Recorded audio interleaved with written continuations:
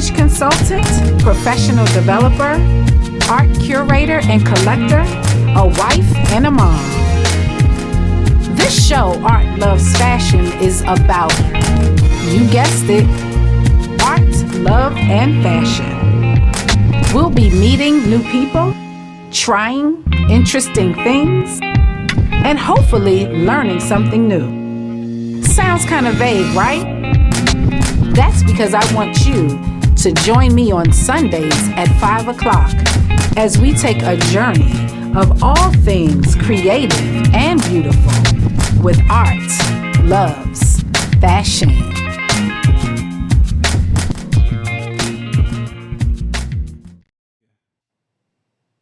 Hello, everyone.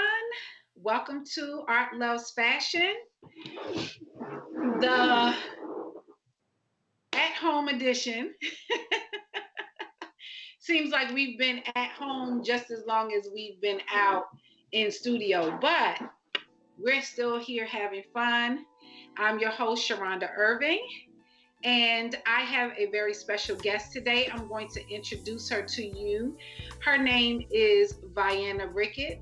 She is, like most of my guests, she is a multi-talented, multifaceted woman. She is a mom.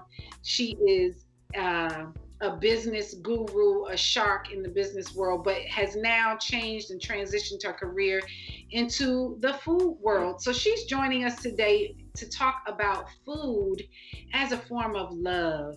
And so I would like to just introduce you to her. We've got an exciting show, and it's going to kind of flow because I've been knowing Vienna for a lot of years, and we share a common love for not only food and love, but also fashion. So she's going to kind of hang out with us and chime in on all of our segments. And if it's a little bit of a delay, that's because we're all trying to get this technology going together. And so bear with us if there seems to be a little bit of delay. Hi,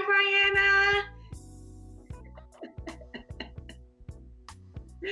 Can you see me? Uh-oh.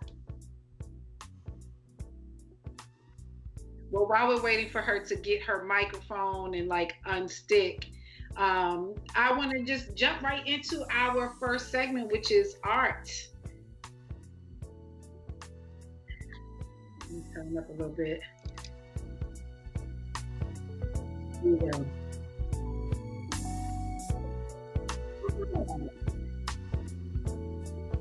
So for art today, I was looking at a magazine. So as you guys may or may not know, my husband is in the construction industry. We own a construction and development company. And there's this magazine called Penta.com that is typically construction, but this most recent issue was art and culture, the art and culture issue. And within this particular issue, they were talking to these three artists who I had the pleasure of. I did know about one who is Christopher Myers.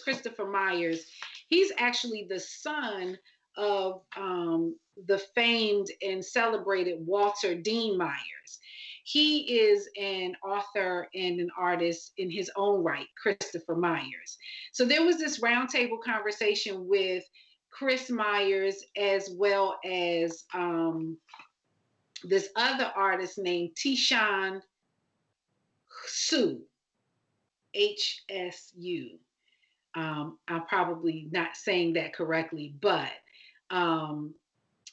so it was Christopher Myers, Tishan Su, and a woman named Mika Rottenberg.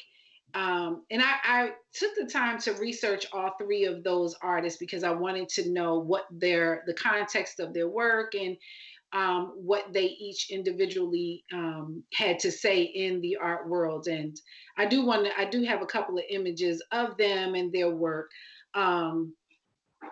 That's Tishan Su, and he's known in the art world for blending technology and the human body together. And making commentary on how the two are now increasingly becoming inextricable. And he first came out sort of in the 80s. He was a word processor for a law firm, a few law firms, and at nighttime, so he could do his art by day. And then we have that's Chris Myers, and in this particular picture, they're showing him doing his textile art. But he is not only does he do textile art, he does illustrations, and he's an author of young adult literature. He and then, like I said, he's the son of the famous Walter Dean Myers, um, and he and then the other artist that I have is that Vienna back. Yes, I am back. Hey, welcome back, welcome back, welcome back. Okay. Well, thank you. So we were talking about this article that I read, and I was re establishing my live feed. And then the other artist, her name is Mika Rottenberg, and she was born in Argentina and raised in Israel, in Tel Aviv. And her art kind of talks a little bit about, or makes a commentary on the juxtaposition of like factory work and production and what she calls a hyper capitalist world. So, in this particular article, like I said, I was reading this magazine, Penta, Mm-hmm. and they were having this conversation around what role art plays in when the country or the world is going through social and political upheaval. And they were kind of talking about how art tends to become a little bit more abstract or a little bit more experimental during those times because of various factors. Mm-hmm.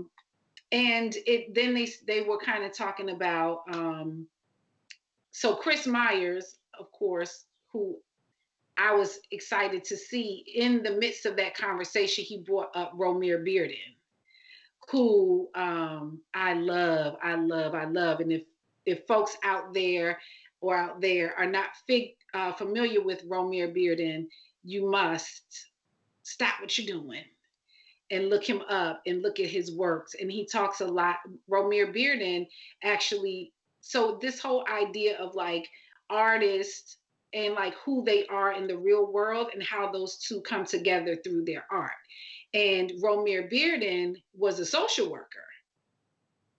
And so he was I have to his art, how he used his vocation or his career in social work and how it kind of came through in his art. And so if you look at some of Romare Bearden's works, you see a lot of that sort of the art of the images of the common man and what's going on socially at that time. And so I think I pulled up a couple of pictures of Romare Bearden or some of his work as well. So I'm always telling the audience and people who watch the show, something that you should be looking into researching if you're not familiar, or just something that might be entertaining to you. So if you're not into Romare Bearden, please look him up. He's absolutely the bomb. And if you are, check out some of the other artists from that Penta discussion.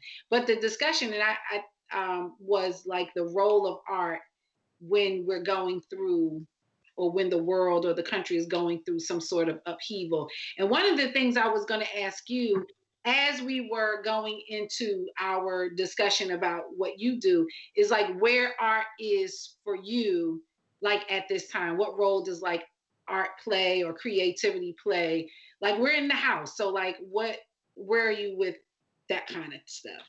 So I'm actually surrounded by artists. My sister, my younger sister is a professional singer. My brother is a self-taught artist, creative person. So, for me, it's all around. Dave's always creating music for sure. So Mhm. music is always in my home because I'm staying with my parents. Mhm. Beyond that, I think In terms of art being tied to creativity, I've just been trying to myself stay in a creative space Mm-hmm. and kind of seek out creative outlets because there's not much to do in the way of vocation, Mm-hmm. really. So So how are the musicians in the family managing to do music now that we're sort of on restriction? What are they I doing? think it Are actually they gives. Skyping and doing jam sessions over Skype? I'm not even sure how they're accomplishing it, but they're definitely getting some music done. I know Wow. Day and Jason are working a lot together. My Mm-hmm. brother and my sister, they're working a lot together. I know there's been tracks sent around, circulated, Mm-hmm. their band members. Mm-hmm. They're, I Like think everybody else creators with find a way to technology. create. What's that? Yeah, leveraging technology to get it done. But Mm-hmm. a lot of playing music, a lot of listening to records. I was just with Jason the other day, and he was playing me some old punk, P Funk, Mm-hmm. some Brides of Frankenstein, which is a George Clinton group. Okay. That for people who don't, I've gotten into funk as a result of Jason. Really a documentary, but Jason's been in funk for a long time, Mm-hmm. and it is definitely a different kind of groove. It really is. It's a Okay. different kind of, understanding of music is hypnotic in a way. So, Mm. yeah, I've discovered funk since we've been in the quarantine. Oh, okay. I'm gonna have to get into that. So you're gonna No, have Brides, you love Brides of to. Frankenstein. Well, what is it? Is it Brides of? Yeah, I think it's Brides of Frankenstein, a Detroit group, George Clinton group, two women. Their music sounds like today. I'm so surprised people aren't sampling it. Hmm. So what brides of Frank is it brides of Frankenstein or brides of Funkenstein? It might be knowing Pete Funk. It very well could have been Frankenstein. It's either Frankenstein or Frankenstein, but Okay, we're it's gonna have to one of look them. that up. We're gonna But get brides into it. of Funkenstein or Frankenstein. We're gonna have to look that up. Yep. And funk music in general. Funk music in general. I think people should start with the Parliament, Of course. because it's actually where I started. And it's beyond kind of, people know Atomic Dog and all of those things, but what George Clinton was able to do with his music and his band is actually incredible. Right, right. And that's all they talk about when you listen to funk music. Yeah.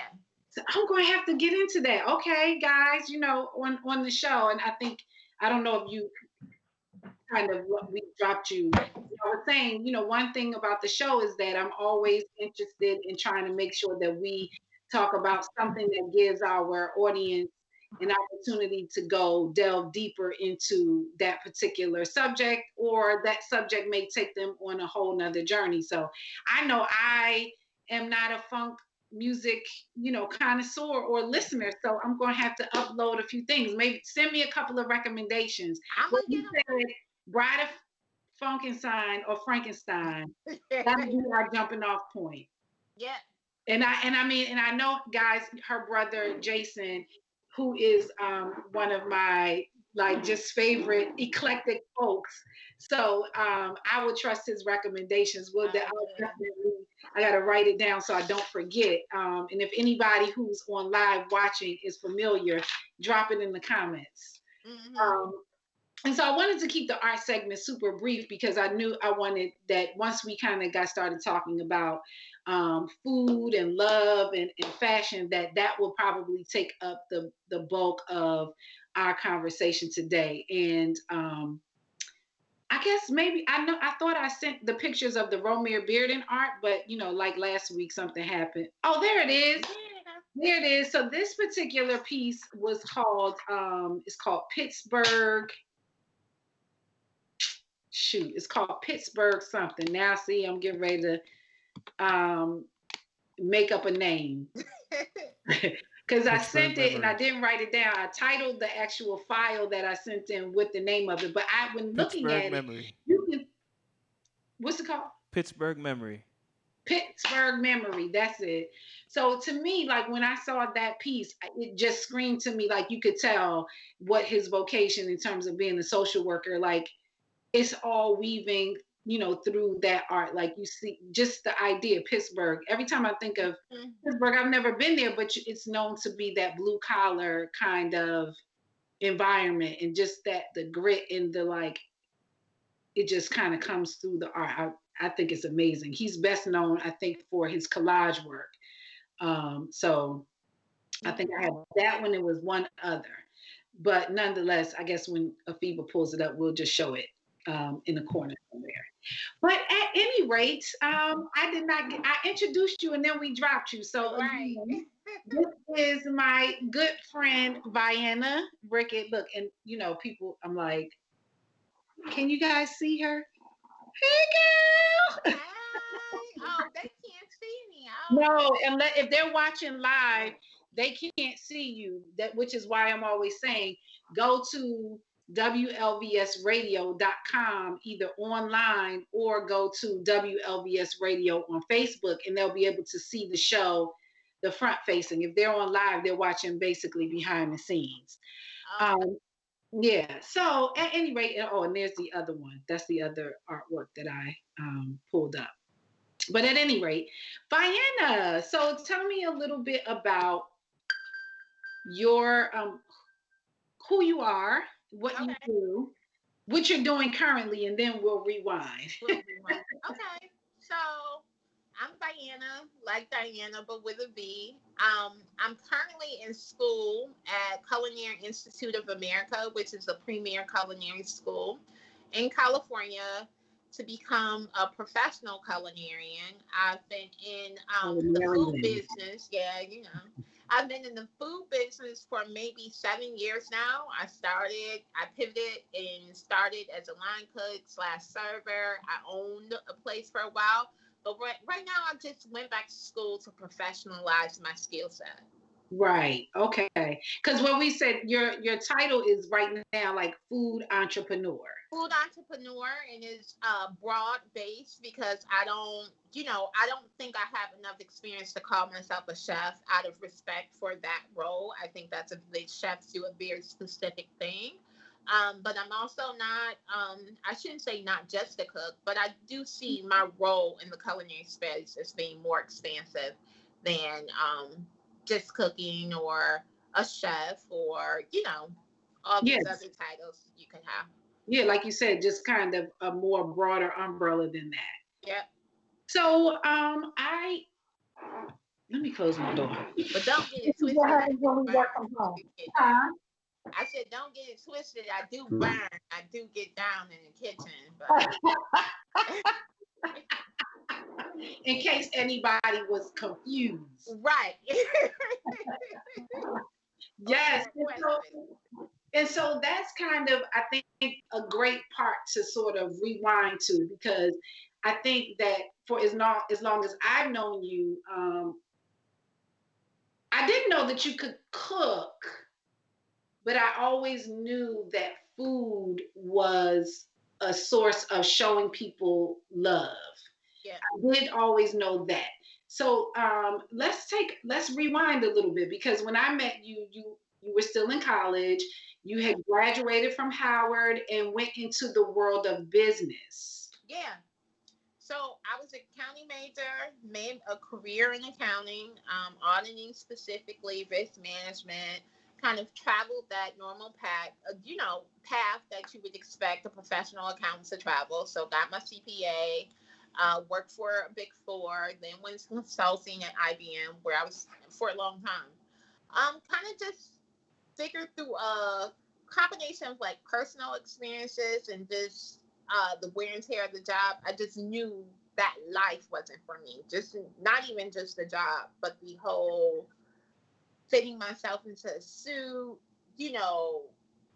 figuring out how to communicate with people, how to sell who I am during the day, which was a version of who I was. I couldn't get up and do it every day. So it was a really, really good life, but it was just not one I could live every day. So I went in search of figuring out kind of what I could do, what I was passionate about, and food. And so, and the funny thing is, like, just to kind of pause there, it's so interesting to me. I think that the story is interesting because, like you said, it was a good life. Oh, yeah. It was a good life. Traveling all over the world. and you were like young, so you were traveling all over the world. You were like at this management level where you were like boss, Mm-hmm. you know, had a skill set not only just as an accountant and like all that, but just this skill set of like managing other people, a mover and a shaker. And like you got a chance to live damn near in Trinidad, right? Not Trinidad, St. Thomas. St. St. Thomas. Thomas. Three winners in St. Thomas. Yeah, you remember? Yeah, yeah. And so like for you know the idea of a person deciding to pivot and do something different, um some people may look at that like, oh my God, that's crazy.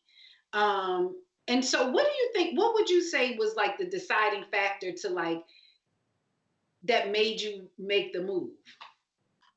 So I think the primary thing was just so.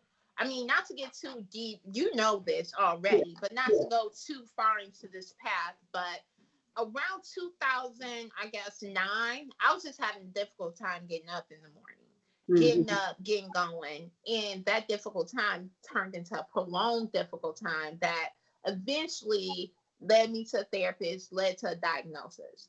And what I understood was really that it was too much tension in my life, too much Mhm. of trying to take Diana the person and fit her into the Diane. space that Vienna the professional needed to be fit into. And I just needed Mhm. a more integrated life.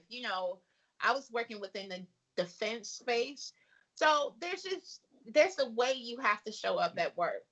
And it just wasn't working for me. So for me, it wasn't so much leaving all of that stuff behind. It was really more so defining, okay, I need a new life. What is it gonna be centered around? What is it gonna be grounded in? Because if you remember back then, it was like I was spending all the money, still not having them, but spending all the money, having all the experiences, but I mean, I was still really not happy because Mhm. it wasn't really grounded in anything that rang fully true to me. I wasn't spending Mhm. my time how I wanted. So for me, it really was. I was actively praying, actively seeking a life that I really could be happy with. Wow, wow. And so it really kind of sounds like kind of one of those things where the decision really kind of is already made for you. Yeah, you know right, when you come to the point where like that you have to make a change. So right. so then enter into this idea of food, right? And like Mm-hmm. I said, and we were talking the other day, and I was saying how when you used to be telling me about the sandwiches that you were making, or I'll make this sandwich and I do, I'm like, girl, what? Some meat, some Yeah. cheese, some mayo, and the sandwich is done. What do you mean? And Uh-huh. you will go into this whole description of what you were doing because those were the things that you felt like you should put that extra care in it for the people that you love. Absolutely. My life is a series of like these intertwining experiences and like these quotes that I hear on one offs that I keep going back to or books that I read. And so that kind of philosophy around eating and sharing food is really based on a conversation between Oprah and John Travolta. Back in the day, I was that huge Oprah watcher. Yeah, yeah. So in the conversation, John Travolta talks about a time when he was in Italy, broke, no money. And he talked about how rich of an experience it was because no matter what, he always made dinner an experience. He always took the time, even if it was like a $5 bottle of wine, a $2 piece of cheese, and fresh baked bread. He understood that those were good quality things to get. So he would go and sit in the park and eat them. And I just thought, that was just so simple and at the same time so refined. And it's Mhm. something that I can do on a daily basis, just make my experience with food a true experience with all the Mhm. little touches and especially when you're sharing food. I just Mhm. think it's so important just to get into the details when you're sharing. Mhm. Mhm. Okay. And so cheese, bread, and wine. And that's so simple, but at the same time, so elegant. Hmm. So then, so this idea of food, this idea of sharing food, and so then once you decided, okay, I think I want to go into food, what happened? So the first thing that happened is I went and got a job at an olive oil store, then a third job at Yeah. Williams Sonoma. You remember? So I think for the people who've been here the whole time, this has been a very long process. Mm. I started with just one foot in the door, starting where I was because I didn't know where else to start. Mm. Then when I wasn't getting the kind of opportunities in the food space that I thought I should be getting, I kind of did what my friend Kevin, he said, well, shoot, just open up your own thing and make your own self the chef and work with somebody who can teach you to be a chef. So Okay. that's what I actually did. I took my savings, opened up my own pop-up, my own catering company, Hmm. had our eyes set, and I was actually working with my romantic partner at the time, which Hmm. I would completely advise against if anybody's like there. And I only say that because it's so important that you're able, when you're chasing a passion project and a dream, I think it's so important that you're able to clearly prioritize where you're going. And when Hmm. you're romantically involved, it's kind of like you have to really consider what the other person is saying. Hmm. And when you're going after your dream, you can't really take any shorts. It has to be how you want it, how you see it. Hmm. So like So one love, those two loves may not necessarily equal the right outcome. I do not think so. You hear about a lot about people saying like, "Hey, get your partner and build." I think you and your partner need to be building. You can build together, but I think the dreams either have everybody has to own the dream the same, or you guys are building two separate things that can exist together. That's just my perspective of it because Mm. I've learned that yeah, when it comes to passion, you have to fully own it. Mm. Okay, y'all hear that? Fully own your passion. So, And you have to be the one to take ownership of it. If it is yours, if it is you have to yours, take ownership of it.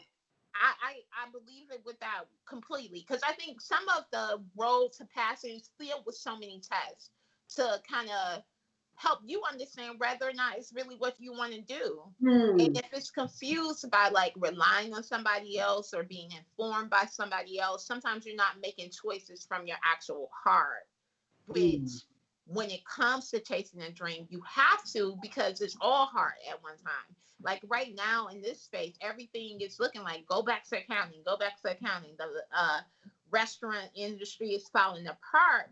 But Yeah. I kind of know in my heart there's a space for me. You know what I'm saying? I know Hmm. that. And Hmm. it's just figuring out where that space is going to be now.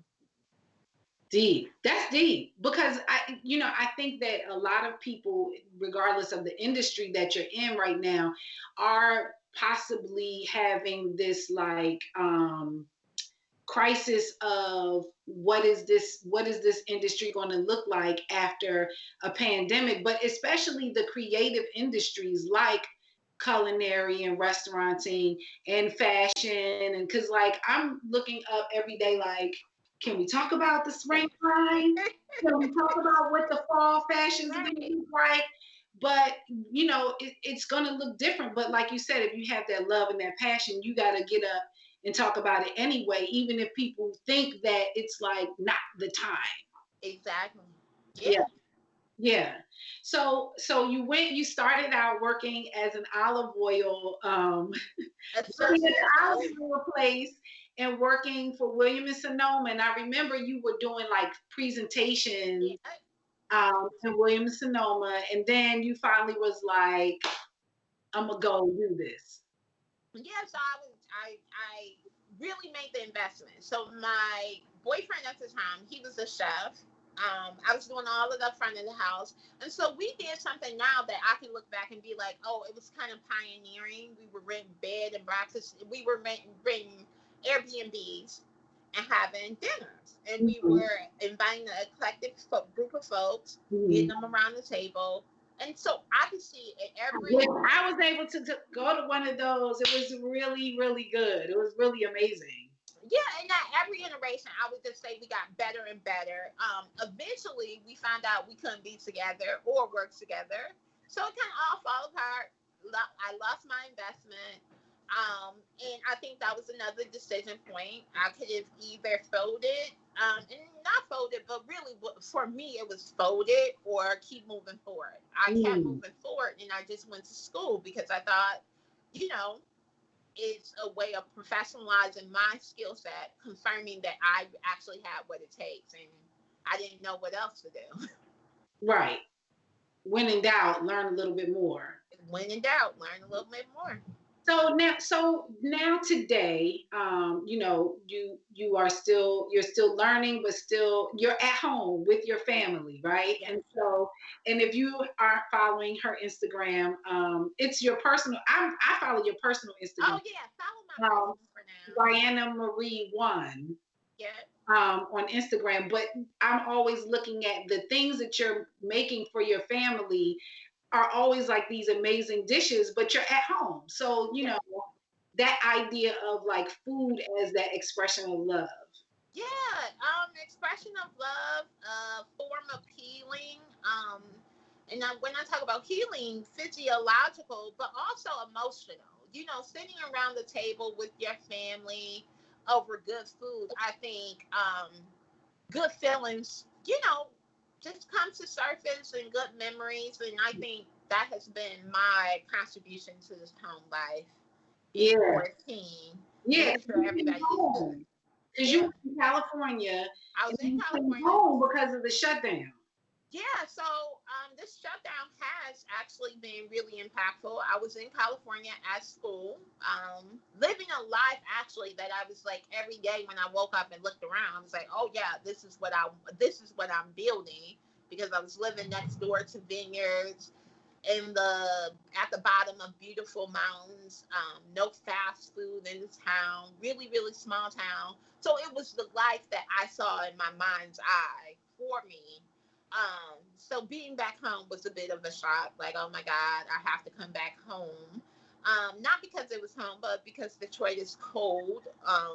Yeah. Everything's From just. California vineyards to Detroit.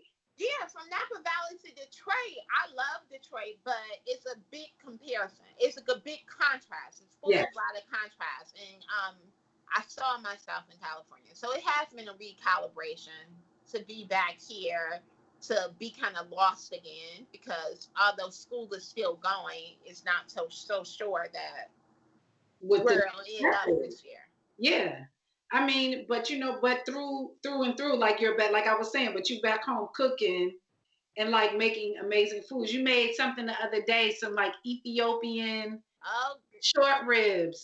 that's my bag. That Ethiopian food is my Yes, bag. we definitely, that's our thing, Ethiopian food. And she's over there like sprinkling, making. I'm like looking through the phone, like, okay, so what time is dinner time? And Yeah. your family's basically like you got the run of the kitchen. They are. I think for them, they're not used to eating this much. So, Okay. they're appreciating it. But what I'm trying to now is kind of diversify a little bit and, simplify even more, because I think all of that food can be stressful on the palate. You Okay. Ethiopian one night, Mexican the other night. So this week, if people are following me on Instagram, you'll see a lot more simpler, refreshing, light on the palate type dishes. Okay. So kind of pivoting a little bit, thinking about like if people are at home and they're cooking, and one of the ways that we're showing love is like preparing these meals for our family, which shout out to the cooks of the families right now, because the burden is on you to like make that thing good and exciting like on a regular Right. basis, and that's not easy. It's not. And so, I'm sure people are running out of ideas. Well, I'm gonna speak for me. Running out of ideas, like or just kind of like you said, just a lot of different tastes and flavors every single night. So what are some things that people at home can do like that will be simple but also still from the heart, and they feel like they're still delivering something to their family that shows that, Okay.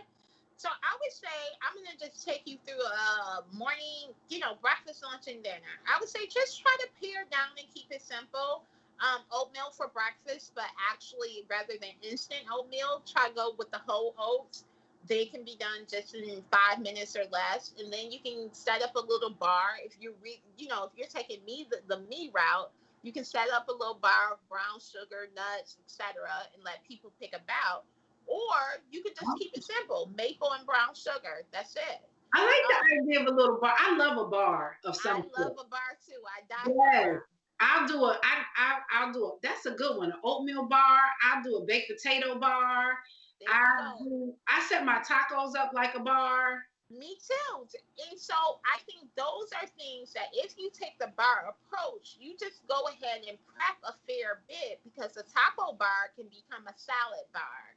A baked Mm. potato bar can become a part of a taco bar. So you just keep rotating. You prep those things and then you'll figure out different things to do with them. But one of my favorites is the oatmeal bar, because you can just keep pulling that out time after time. For lunch, I'm actually a big fan of sandwiches. You can do sandwiches all day long, and if you can do a sandwich, you can flip it to a salad. So if you're having like a turkey ham and Swiss sandwich, that can easily become a chef salad if you boil a couple of eggs. So that's how I It's think in crazy. terms of eating. It's like just take it back to the basics, Mm. sandwiches for lunch, and then for dinner, just think meat, starch, veggies. And thinking that sometimes it's going to come as one. So that could be a baked potato, that could be a sweet potato with some chicken and some broccoli on top of it. Mm. But I would just say think basics. Think like almost like you used to look at a TV dinner. That's how I think about my dinners, is that, you know, get all my portions in there, and then I decide what I want to be most creative with. So sometimes it's just pasta, broccoli, and then I might decide, okay, I'm gonna make some teriyaki salmon to go on top of it, or Okay. I'm gonna make, just So play with just one pick ingredient. one of the elements. Like you said, go back to the basics like we were all taught, the Yeah, three food groups, right? And then just pick one of those areas to like play with. judge it up. Yeah, because even as a cook for myself, I can't stand a 10 ingredient list of things that I have to prep and prepare for one dinner. Yeah, it ain't getting Um, done on my end. yeah, I actually think it's so like intimidating. I'll stop following the directions and just freestyle. So one of the things I would Yes. do those stir fries, because stir fry really at the base, all the stir fry is a little oil, some meat, some veggies, and seasoning.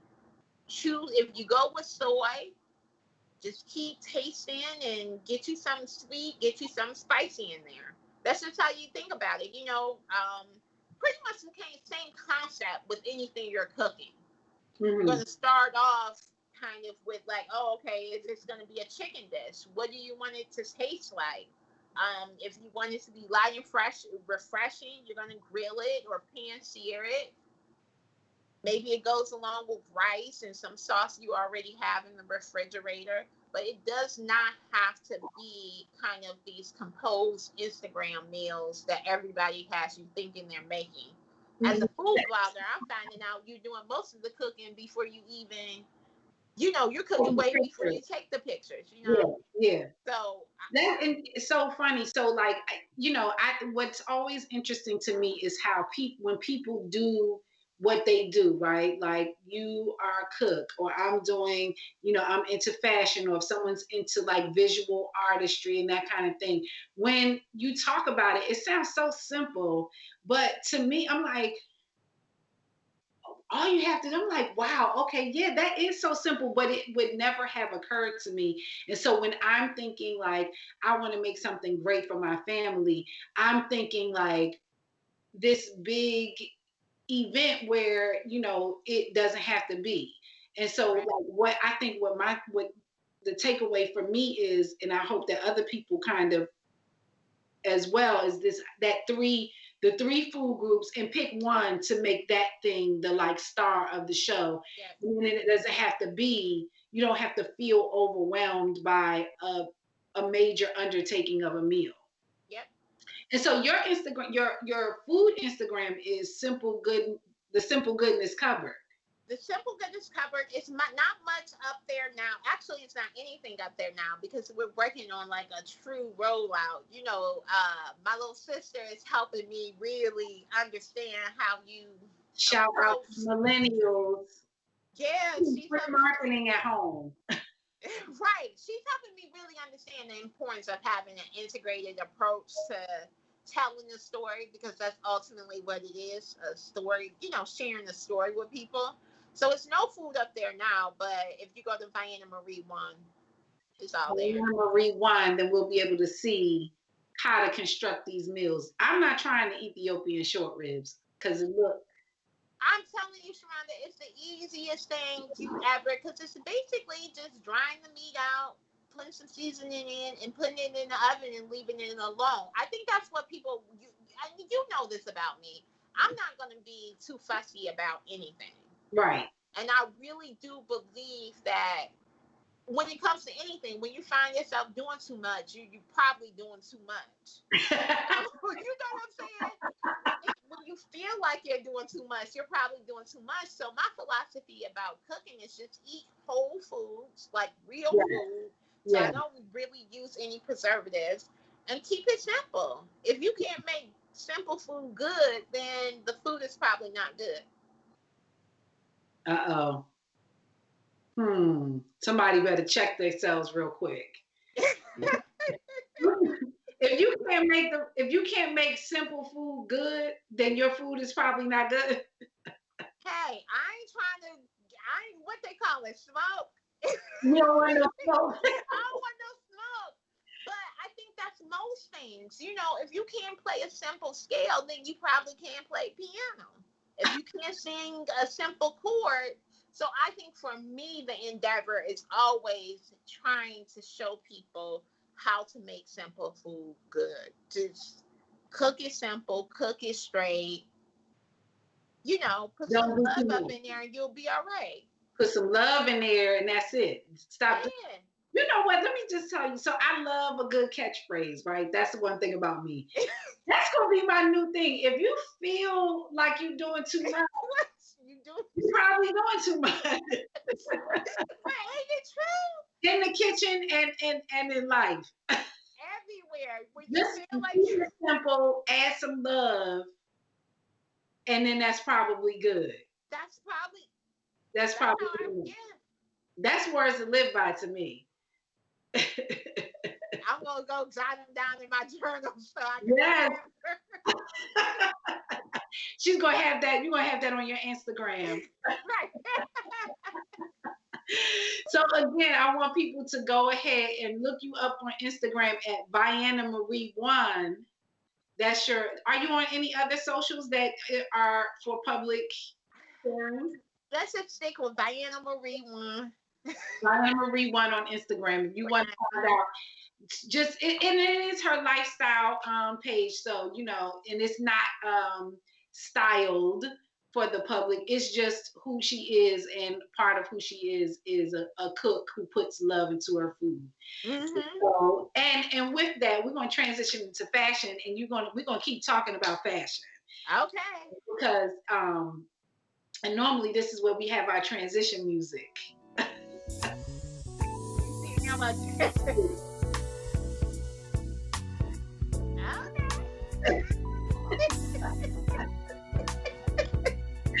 If you watch it from home, you probably see her facial expression laughing at me. Again, we've known each other for a long time, so we have transitioned through a lot of different careers, a lot of different like versions of ourselves, and so she's laughing at me like, you know, watching me on my TV side. Right. This is what I call her hi side.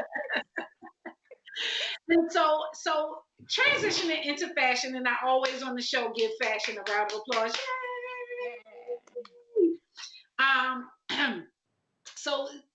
the things that like this week I kind of was a struggle to come to what I wanted to talk about today because there were so many ideas swirling. One of which was the landscape of retail today, and how because major department stores are now closing down. We've got Macy's who said that they were shuttering a lot of their stores. Neiman Marcus is filing for bankruptcy, and a lot of the major department stores either closing down or really making a major change to how they're doing business. And we kind of talked briefly about it because you were in the business world, Right. and yeah, and just thinking about that shift in strategy, right? And like they're talking about the new, how they see themselves sort of doing business going forward. It's what's interesting to me. I feel like those places started dying a long time ago. I'm not gonna say a long time ago, but it's been a It's while. been a while coming. Yeah. Yeah, and I feel like this is just the thing that's pushing it over the edge that, kind of pushed it off the cliff. But as far as like, because we can remember a time when we got ready to go shop, we go to Monza Gallery and spend the day going from place to place at Monza Gallery, then go out somewhere, Arundel Mills or wherever. And it would be a day-long thing. I can't think of the last time I pulled one of those. You know what I'm saying? Where most of the shopping occurs online. Most of the things I buy are like specific things. I just think people have changed a lot. Which is so interesting because when you look at what the trend reports are saying and you look at the market analysis and all that, it's talking about like the nature of consumers and how they shop being different. And the malls are like no longer as much of a cornerstone of the shopping experience that it used to be. Look, work from home. Right. I'm just laughing at, like whenever I do this, like, real life is happening in the midst of the show. But the malls are no longer the cornerstone of the shopping experience, and things are now either shifting online, and they're also talking about a lot of the like off-price retailers. And I love me a good old, retail discount place. But also they're talking about the idea of like the micro influencers and all that kind of stuff. But but one of the things, who is that? Phoebe did come down. Oh, the baby. We got a finite amount of time to do a show. Okay. Hi, Auntie. Now go. So I guess the point that I was thinking about, because I was also thinking about, so you were saying as a consumer, when you shop, you're no longer sort of spending that day like shopping, and let's just say what was that? You were like a luxury brand shopper. Oh, I tore it down. And no, it's funny. It's actually funny when you think about it, but I just don't think. Yeah, I can't be. I cannot remember the last time I just went into a store and wandered around looking for something to buy. Normally I'm going and I'm saying, oh, I need this. I even have called you and said, hey, we need to get together a look for me and decide where we're taking this post-mommy, post-business career. Yeah. Look. Right. And so I kind of think about that in terms of, like you said, some consumers now want just like a very specific experience. And then with that, sort of to, talk about kind of what I do as an image consultant, the role of like helping consumers or customers to hone in on what it is they're looking for. Yeah, because for me, in the past, I would have never thought I would have been consulting somebody for image or wardrobe or styling, because I just really didn't need the help per se, and I was able to buy enough stuff where I could figure out where I was going with it.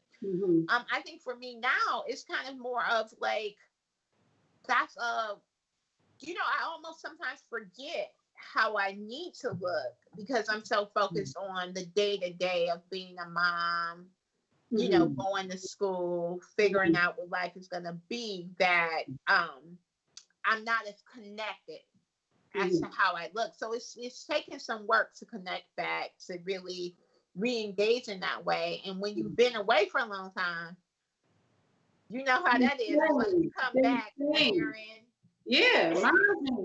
wearing mom jeans.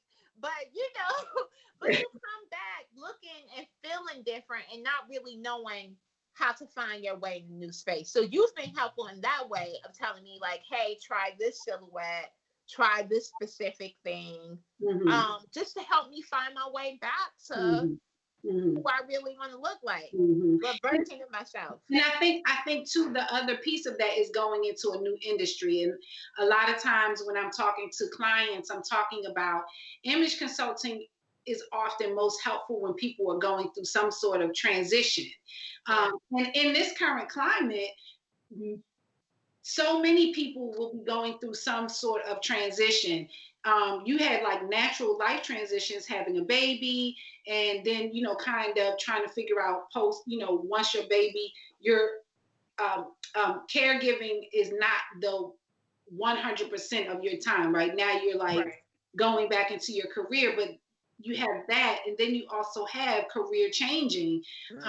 So like, what do you look like in this new career, in this new landscape, and how do you pull that, how do you look put together in the new career and still be a mom? Like, you can't, are you doing silk, blouses when you might have to, you're going to pick up the baby, and who knows what's going to happen in the afternoon after that. And not for nothing, when you gained a lot of weight. So you know what I'm saying? I'm one of those people, I'm going to tell you right now, I'm fat. This is the fattest I've ever been. And, my look normally was somewhere between like sexy undone or just like undone but pulled together. And when you're this size, you can't go undone. You know what I'm saying? You kind of have to pull it all the way together. So that's a relearning for me. Kind of like, how do you look pulled together without looking too fussy? Because I'm not going to be, doing fluffiness. And I think when you're doing too much, feeling like you're doing too much and probably doing too much. Exactly. I think one of the things that's important here, like, and I hope that other people can hear that, is being honest with yourself or being true to yourself, and then seeing yourself, so then you can dress yourself properly, right? And then what does that look like? And if you have done some sort of transition, somebody can help you put that together, right? Like, how do we, and so we kind of had the whole conversation like, okay, this is my style. How does that translate to what I look like now? And being okay with having that conversation. And you don't have to be a certain size to look great.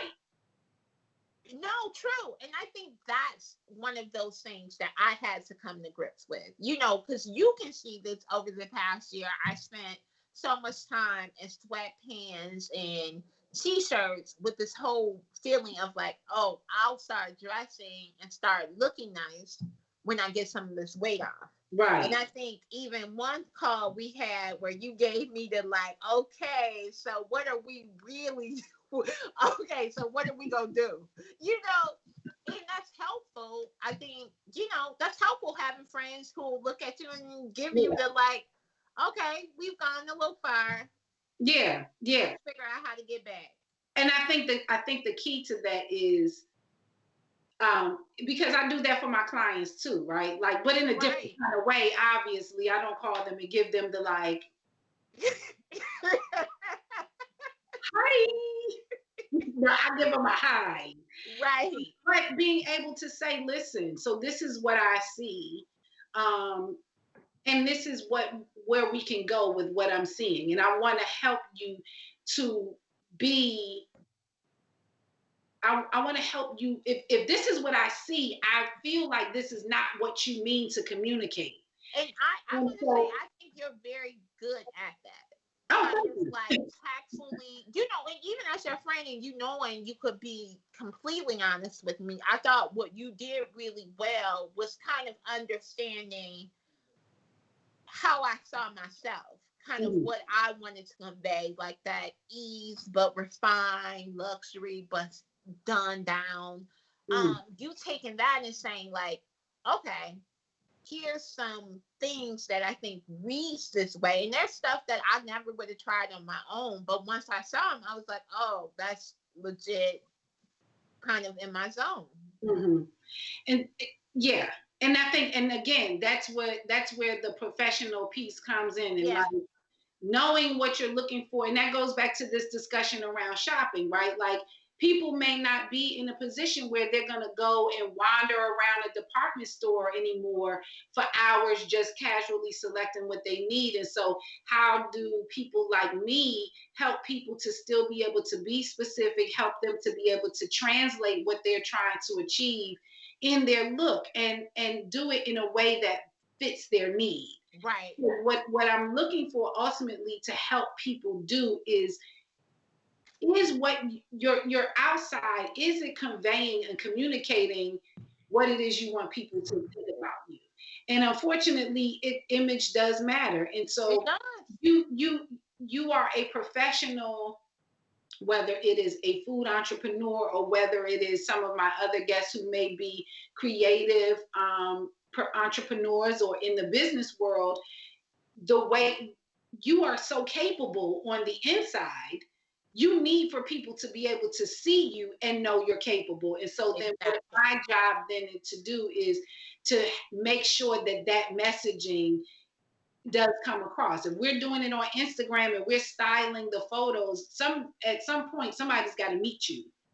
And I'm going to take it one step further. I feel like if people feel, because this is how I felt in the past, not if you feel like you're paying dress up, you probably need a image consultant or a personal stylist to help you integrate who you are into your wardrobe. Absolutely. And I think I got to a point where I could go out looking nice, but I never did it because I felt like I was playing dress up so much. It's like, oh no, I don't want to put on these heels. I'm not, wearing this dress that I'm going to have to keep checking where my boob is and all this kind of stuff. And so I think that's the thing that I've been able to kind of, having worked with you, that I've been able to kind of grasp along, like, oh, okay, part of what she's able to do for me is integrate who I really am into my clothing choices, so that I'm not having to go get my good jeans to go someplace, or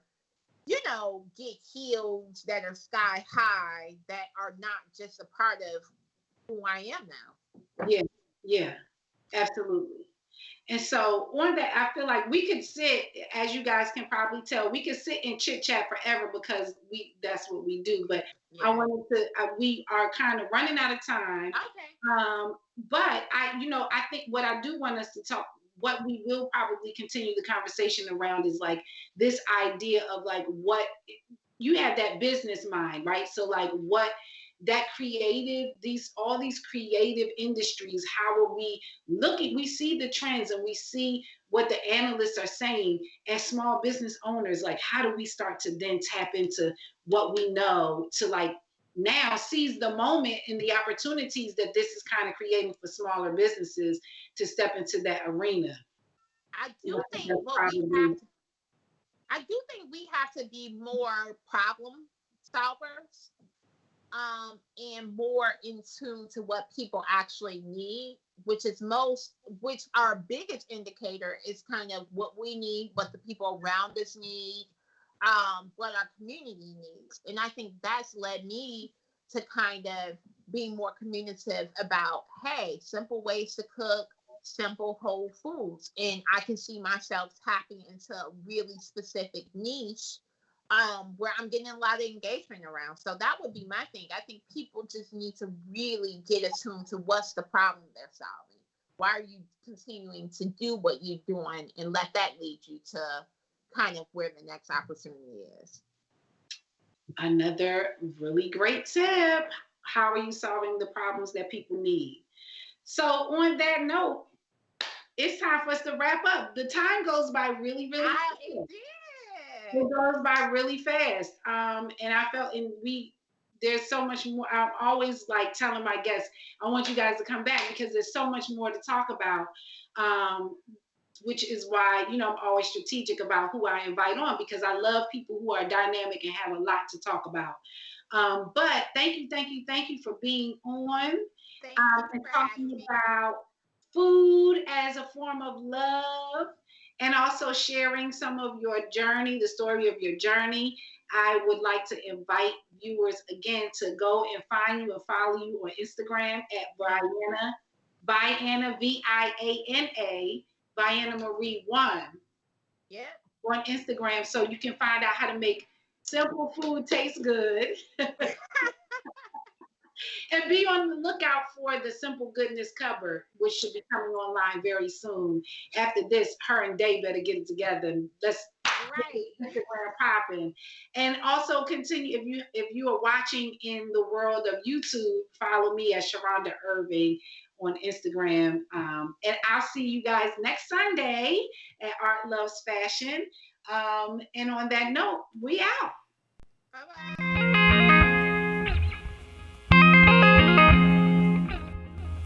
Welcome to Art Loves Fashion. I'm your host, Sharonda Irving.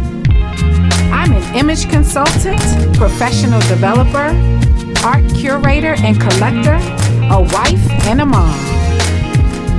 This show, Art Loves Fashion, is about, you guessed it, art, love, and fashion. We'll be meeting new people, trying interesting things, and hopefully learning something new. Sounds kind of vague, right? That's because I want you to join me on Sundays at 5 o'clock as we take a journey of all things creative and beautiful with art, loves, fashion.